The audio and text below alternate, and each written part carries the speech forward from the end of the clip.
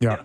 They were, and we had the 10-player rule where you had to dress 10 vets, and you get your vets to play at home. You take a skeleton crew on the road. It was painful to go through it. When I started in Columbus, we put the 9 exhibition games in our season ticket package, and I got away with it. I got away with it for a couple of years, and then it didn't go over so well. So, Detroit always wanted to play the full lineup of exhibition games because they had it in their season ticket package, and it was a home run for teams. Not so much anymore. It sounds like the loophole, the long-term injury reserve loophole is closed up here. So does Kucherov need a new T-shirt? I didn't hear. What's the ruling on the it sounds like there's a lot of details to how specifically it's going to work, but there will be some sort of cap similar to the regular season cap. So you can't bring in a guy the second the season ends who makes $10 million. Right. So the injury thing, he has to be, they can't fake it anymore. Yeah, if you're going to come back. Not that teams were faking it, but I think a couple of might have been, maybe fudging it a little bit. And hey, can you put goalie equipment on? Because I can get you a full-time job as a e-bug. We're becoming the NBA now. I told you they travel with 5 practice players, because they don't want to wear and tear on their play. Like, I don't know how the owners put up with this. I really don't. The money they're spending. What's an e-bug going to cost? No, but it's not that. It's just another body that you don't need. Really. I mean, like, seriously, guys. Like, I mean, why wouldn't they just dress the chef? Hire a chef. They have been. Yeah. They've been dressing the chef, and it's embarrassing for the league. Okay, I'm all for peace. I'm all for peace with the CBA, but when you start, like, can you imagine an intense conversation on now a dress code? They've got a CBA dress, like, can't enforce a dress code anymore. This might be the most embarrassing thing I've heard in a CBA in history. That there's no dress code. There is no more dress code. Can you imagine top lawyers getting together and having this discussion? Can you wear sneakers with the suit? Who brought this up? I want to know who brought this up. Yeah, but what has been the dress code? A suit-ish, suit no tie. Yeah. No longer required to dress in any specific way. I don't know. Let me ask you guys: would you make your guys still? Would you still say to your team, "We're dressing up here," or do you just not care? Just look like a pro, right? At the end of the day, just look like a pro. My team's still dressing up. I think it's bush league.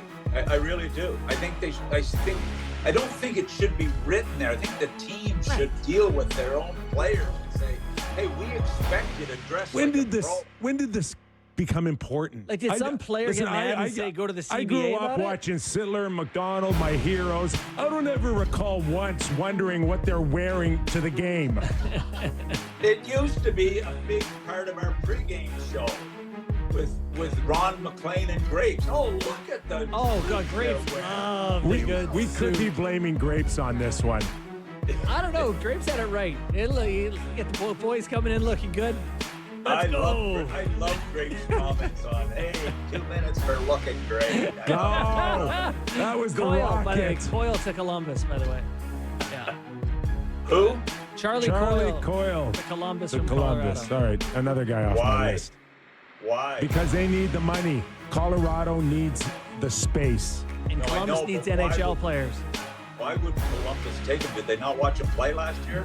Listen, oh, no. Hey. Maybe you got to get to a floor too. Yeah. I heard they were in the hunt for the kid on the blue line. I heard they were in Dobson race to get him. There was a report they offered 14 and 20, and Voronkov was the ask. Which, if I'm the Isles, I like that package better. So, yeah, how much better? How much better did Montreal get, Mac? I think they got a lot better. I mean, if he puts up, with the kid and him and Hudson on the blue line, it gives them a whole different dimension as far as puck movement. I mean, they're a very solid D right now. I think it's a great move for them. And Dobson, I'd like to see him play a little tougher game, especially in front of his own net. But overall, they should be one of the best puck moving teams in the league with that addition. Yeah, Matheson moves it and can skate. That Caden Cooley is coming along. Carrier. Yeah, we hear the Oilers very aggressive on a goaltender here, but in the meantime, Trent Frederick signs an 8-year deal officially at $30.8 million. Like, why 8 years? I don't see this. I don't either. I like Frederick. I like his game. I like his energy. I like his bite. Who was the guy the Islanders signed for Engvall. 7 years? Oh my God, I forgot. I had that in my pocket. You know why I forgot his name? Oh my God.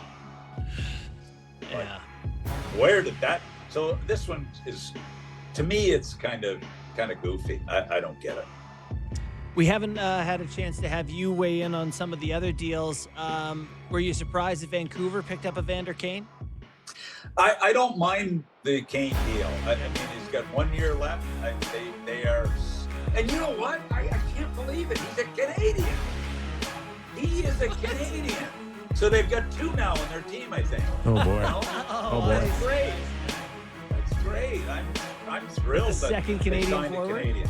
What? There's a good chance he'll be on his best behavior. I got to be careful. I was out at a reception last night, and I had a lot of people chirping me about, being tough on Vancouver. I must have said something about Demko at one time, did I?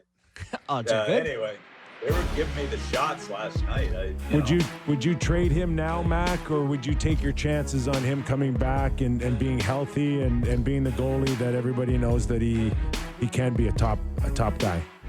Look, he looked like he was getting ready to be one of the top goaltenders in the league. He really did. This injury is concerning because it seems to have hung around way too long. I would not be moving him. If Vancouver had any chance of making the playoffs, Demko has got to be their MVP or near the top of the list. He's got to regain his game, and if he does, they can be a competitive team. That's gonna be close one. Like, do you trust Lankinen and Shelovs?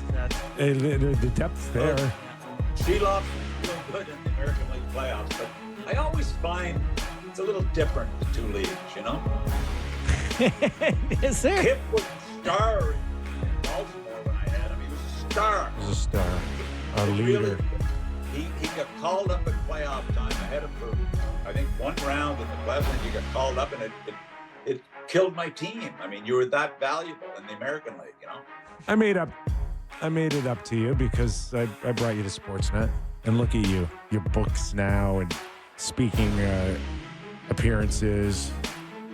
Yeah, I know it. You really have been instrumental in my career. There's no denying that. You and Bob McCowan, he brought me there. There's so many people brought me to Sportsnet, but I didn't notice you in there hammering away at them to get me a new deal. I was just trying to save more for me. Yeah. All right. Well, listen, we'll let you go because we know you've, you got to calm yourself down. I know you get nervous at these things. I'm back on at 1:00, which is in 35 minutes, and it's very exciting. It's like you're speaking at a place where there's no hockey. It's bizarre. It's the draft, and it feels like I'm in some place that has no hockey. All right. I hope the GMs are enjoying their war rooms. Okay, well, listen, do we have another show next week? We got more shows next week. We have 5 full shows, including Friday. Friday. Don't go too far. I thought this was it. We need you once more, buddy. We need you once more. Well, you know what? Because I'd like to have a nice farewell. Yes. That ended on a really positive note.